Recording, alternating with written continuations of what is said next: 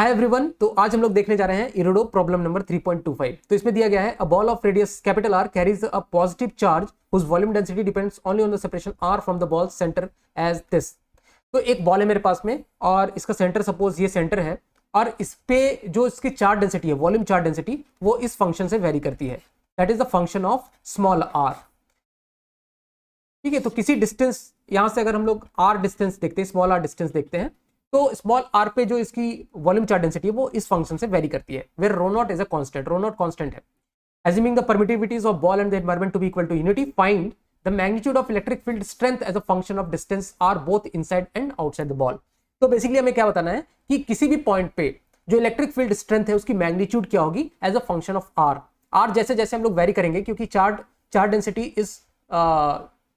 Function of small R, तो उस हिसाब से जो इलेक्ट्रिक फील्ड होगी मेरी वो वेरी करती जाएगी। तो हर एक पॉइंट पे इलेक्ट्रिक फील्ड का डिपेंडेंस क्या होगा as a function of R, basically वो हमें कैलकुलेट करना है, both inside as well as outside this ball. तो इसमें हम लोग सिंपल सा कॉन्सेप्ट लगाएंगे यूजिंग गॉस लॉ। तो गॉस लॉ में हम लोग क्या करेंगे, एक गॉसियन सरफेस बेसिकली हम लोग चूज करेंगे। तो सपोज मेरे पास this is a Gaussian surface, और गॉसियन सरफेस पे हम लोग क्या कॉन्सेप्ट लगाएंगे, क्योंकि देखो जो मेरी चार्ज डेंसिटी है that is a function of R, that is a function of R. जैसे जैसे हम लोग आर वेरी करते जाएंगे मेरी चार्ज डेंसिटी वेरी करती जाएगी, but for a particular value of small R this charge density, volume charge density, that is constant. एक पर्टिकुलर आर के लिए volume charge density will be same throughout. That means ये हमें जो ये दिया हुआ है this is symmetric charge distribution. एक स्फीयर में स्फेरिकल सिमेट्रिक होगी, इसमें स्फेरिकल सिमेट्री आएगी। दैट मीन्स किसी भी आर डिस्टेंस पे जो इलेक्ट्रिक फील्ड होगी वो एक फिक्स वैल्यू आएगी। हर एक आर डिस्टेंस पे इलेक्ट्रिक फील्ड का जो मैग्नीट्यूड आएगा, direction will be different but जो मैग्नीट्यूड होगा दैट विल बी कांस्टेंट, क्योंकि आर पे वेरिएशन है, स्मॉल आर पे वेरिएशन है। मेरा जो चार्ज डेंसिटी है वो स्मॉल आर के रेस्पेक्ट में वेरी कर रही है। दैट मीन्स एक सिमेट्रिक चार्ज डिस्ट्रीब्यूशन है, और किसी भी डिस्टेंस आर पे from the centre, suppose O is the centre, किसी भी डिस्टेंस आर पे इलेक्ट्रिक फील्ड की जो मैग्नीट्यूड होगी दैट विल बी कांस्टेंट, और उसका जो डायरेक्शन होगा that will be in along the radial direction.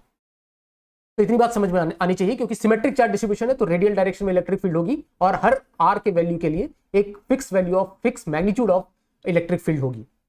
ठीक है, तो बेसिकली वही हमें निकालना है, electric field strength as a function of R. इसलिए यहाँ पर मैग्नीट्यूड का बात किया गया है, और डायरेक्शन तो उसकी रेडियल डायरेक्शन में ही होगी। तो यहाँ पर हम लोग अगर एक गॉसियन सरफेस चूज करते हैं, तो अगर हम लोग गॉसियन सरफेस चूज करते हैं तो ई डॉट डी अगर हम लोग करते हैं, integral cyclic integral of E dot D S, D S is the area, जो भी एलिमेंटल एरिया है, that is equal to Q in upon epsilon naught. ये बेसिकली हम लोग करेंगे, ये तो हम लोग गॉस लॉ इसी तरह से लगाते हैं। तो ई डॉट डी एस में देखेंगे कि हर जगह पे डीएस के साथ ये 0 डिग्री बना रहा है, तो E dot D S will be E D S cos phi basically. तो कॉस फाई का केस हो जाएगा क्या, कॉस 0 हो जाएगा, क्योंकि इलेक्ट्रिक फील्ड और जो भी मेरे पास जो एलिमेंट है, जो इस पे सरफेस जो भी एरिया एलिमेंट है उसके एरिया की जो डायरेक्शन होगी, डीए की डायरेक्शन, डीएस की direction will be along the radial direction only, and electric field का डायरेक्शन होगा that will be along the radial direction, और हम लोग बोल सकते हैं कि दोनों के बीच के जो एंगल है that will be 0 डिग्री। तो यहां से एक ये इंपॉर्टेंट कंक्लूजन था। बस अगर ये चीज समझ में आ जाती है तो बेसिकली हमें क्या करना है कि यहाँ पे Q in upon epsilon not निकालना है। क्यू इन कितना होगा इस केस में, क्योंकि ई डॉट डी एस हम लोग यहाँ कैलकुलेट कर सकते हैं। यहाँ से सिंपल अगर ई डॉट डी एस बोले तो ई इंटू, अगर हमने आर डिस्टेंस पे एक आर डिस्टेंस पे गॉसियन सरफेस चूज किया है, ये कैसा सरफेस है, ये क्लोज सरफेस होना चाहिए गॉसियन सरफेस। तो एक बेसिकली हम लोगों ने स्फेरिकल सरफेस इस तरह से चूज किया हुआ है, और वो पूरी तरह से क्लोज है, और उसका जो एरिया है, अगर हम लोग उसकी एरिया की बात करें, जो भी सरफेस एरिया है that will be equal to 4 pi are square. ठीक है, this is the surface area, जिसको जो भी वॉल्यूम उसने इनक्लोज किया है उसकी सरफेस एरिया है, गॉसियन सरफेस एरिया। और ई को मैं इसलिए बोल रहा हूं क्योंकि इस आर के लिए हर जगह पे ये ई जो है दैट इज कांस्टेंट, ई की जो मैग्नीट्यूड है दैट इज कांस्टेंट, और E is making 0 degree with this ds vector.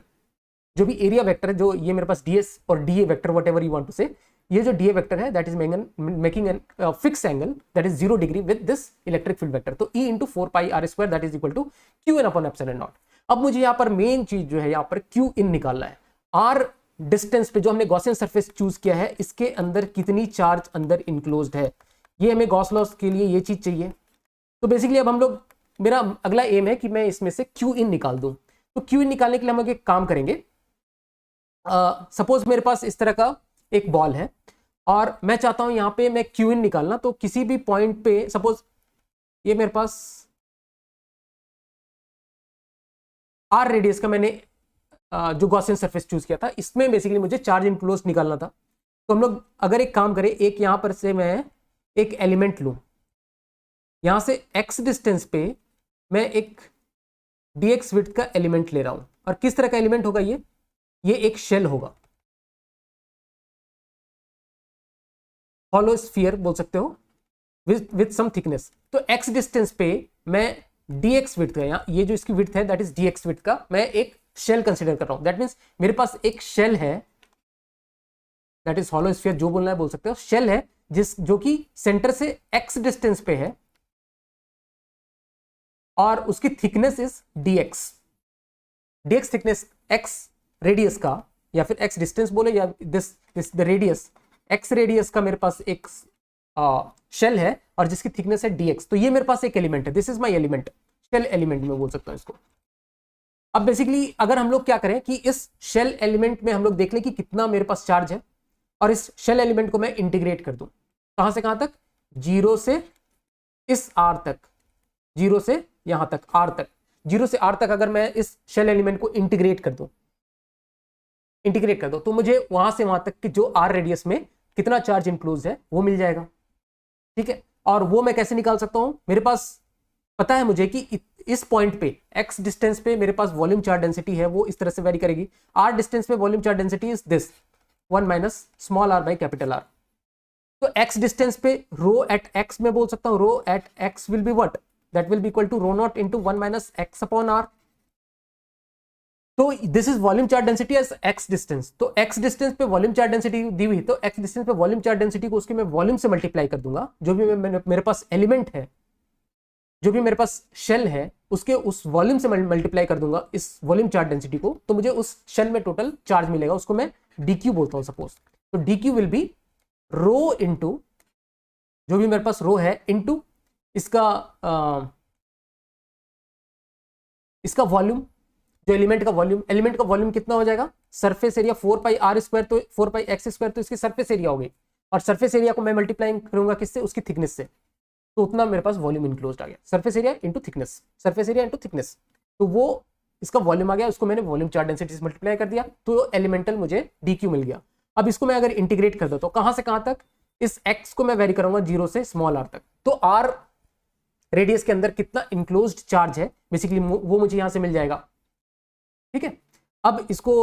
ये इंटीग्रेट करेंगे इस चीज को, तो मेरे पास कितना आ जाएगा, वो रो को मैं यहां से पुट करता हूं, rho naught into 1 minus small r by capital R into 4 pi x पे है ना, रो एट x, तो this is x upon r into 4 pi x square dx from 0 to r। अब मैं क्या करूंगा, सारा जो कांस्टेंट है उसको कलेक्ट कर लेता हूं, 4 पाई रो नॉट, ठीक है, और integral of 0 to r, multiply कर दूंगा x को अंदर में, तो x square minus X cube by capital R with respect to dx। ठीक है, अब देखो इसकी लोअर लिमिट तो 0 है, तो डायरेक्टली मैं यहाँ पर इंटीग्रेट करके लिमिट पुट कर रहा हूँ इसको, क्योंकि लोअर लिमिट तो 0 पुट करना है मुझे, और तो यहाँ पे ये कितना हो जाएगा, x cube by 3, x square integral x cube by 3, तो इसको मैं डायरेक्टली r क्यूब बाई 3 लिख रहा हूँ, minus X raise to power 4 by 4r होता है यहाँ पे, तो उसको मैं लिखूंगा r raise to power 4 by 4r। तो this is my q enclosed at as a function of r। किसी डिस्टेंस r पे अगर मैं एक बाउंड्री बनाता हूं, तो उसके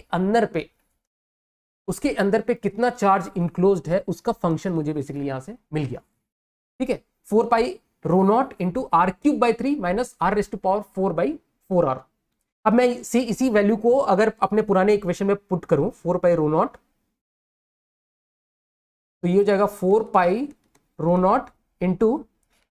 r cube by 3 minus r raise to power 4 by 4r, यही था ना शायद, हाँ, r raise to power 4 by 4r, r cube by 3 4 pi rho naught, 4 pi rho naught r cube by 3 r raise to power 4 by 4r। ठीक है, तो ये मेरे पास आ गया this upon epsilon naught, q in upon epsilon not at a distance r। तो देखो इस तरह से हमने गॉसियन सरफेस का यूज करते हुए अभी यहाँ पर हम लोग इलेक्ट्रिक फील्ड कैलकुलेट कर सकते हैं। 4 पाई से मेरा 4 पाई कैंसिल आउट हो गया। ठीक है, और यहां से आर स्क्वायर में इधर से इधर कैंसिल आउट करूंगा, इस आर स्क्वायर से ये आर का एक, ये यहां पर एक आर बचा और यहां पे आर स्क्वायर बचा, तो ये E that will be equal to 4, sorry 4 तो कैंसिल आउट हो गया ना, ये बच गया मेरे पास rho naught upon epsilon naught, अंदर बच गया r by 3 minus r square, sorry r, हाँ आर बाई 3 आ गया, आर स्क्वायर बाई 4r। तो this is the electric field as a function of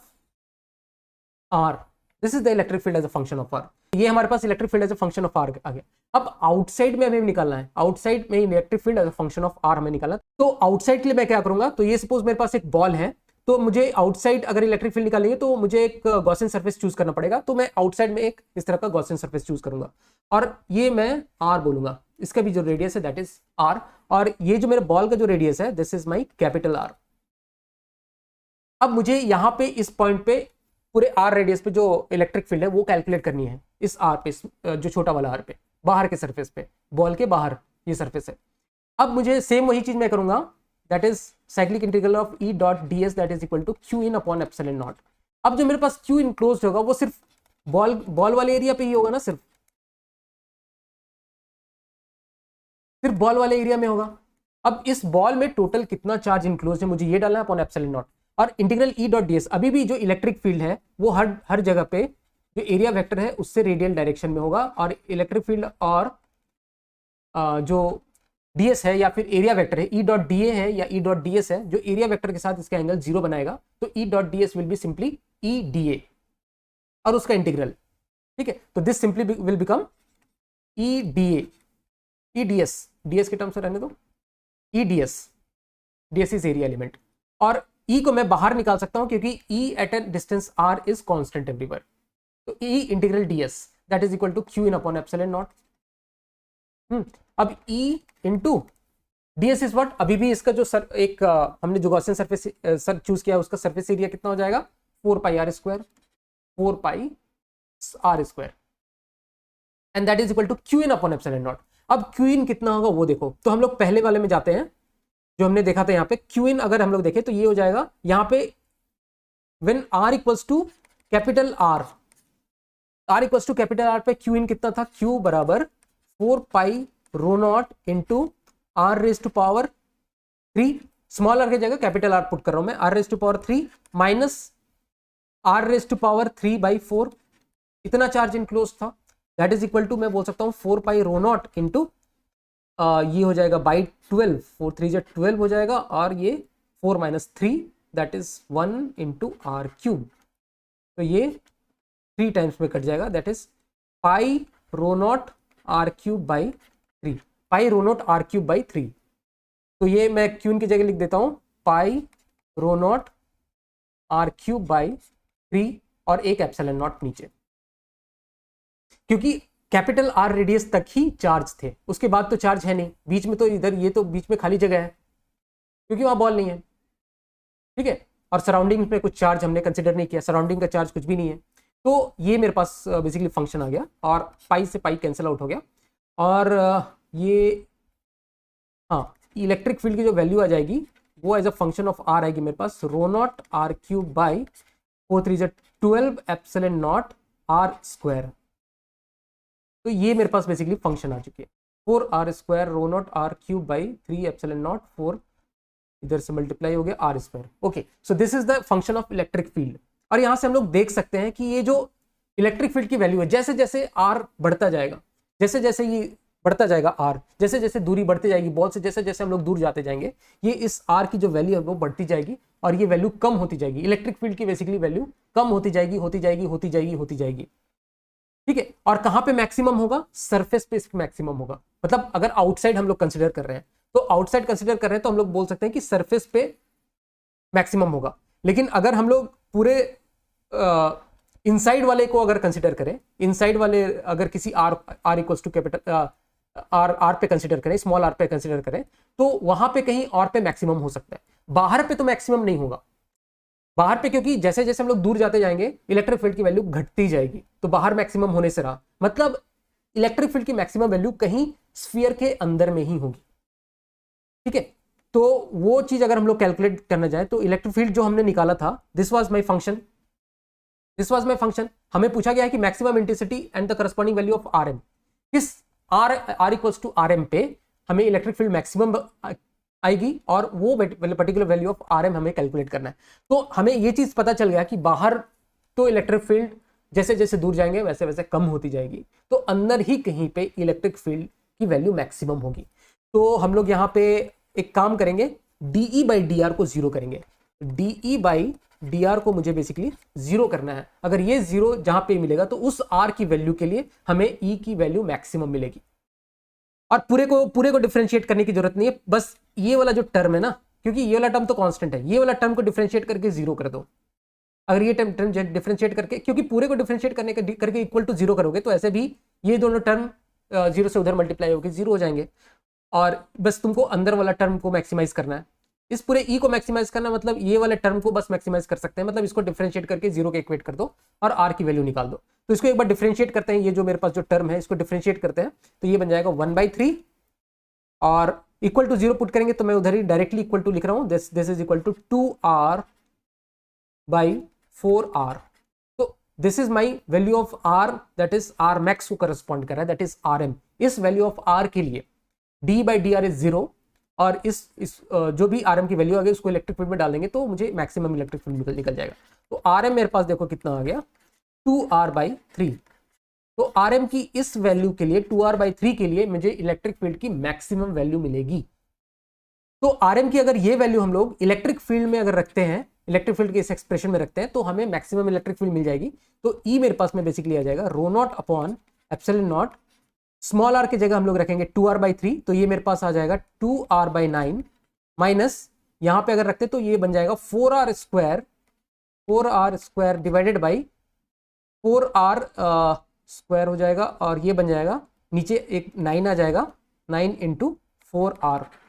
तो बेसिकली ये 4r से यहाँ से r कैंसिल, एक r बचेगा, तो 2r/9 minus r/9 that is r/9। तो मैं यहाँ इलेक्ट्रिक फील्ड का फाइनल एक्सप्रेशन लिख देता हूँ, that is rho naught upon epsilon naught into r/9। तो दिस इज इक्वल टू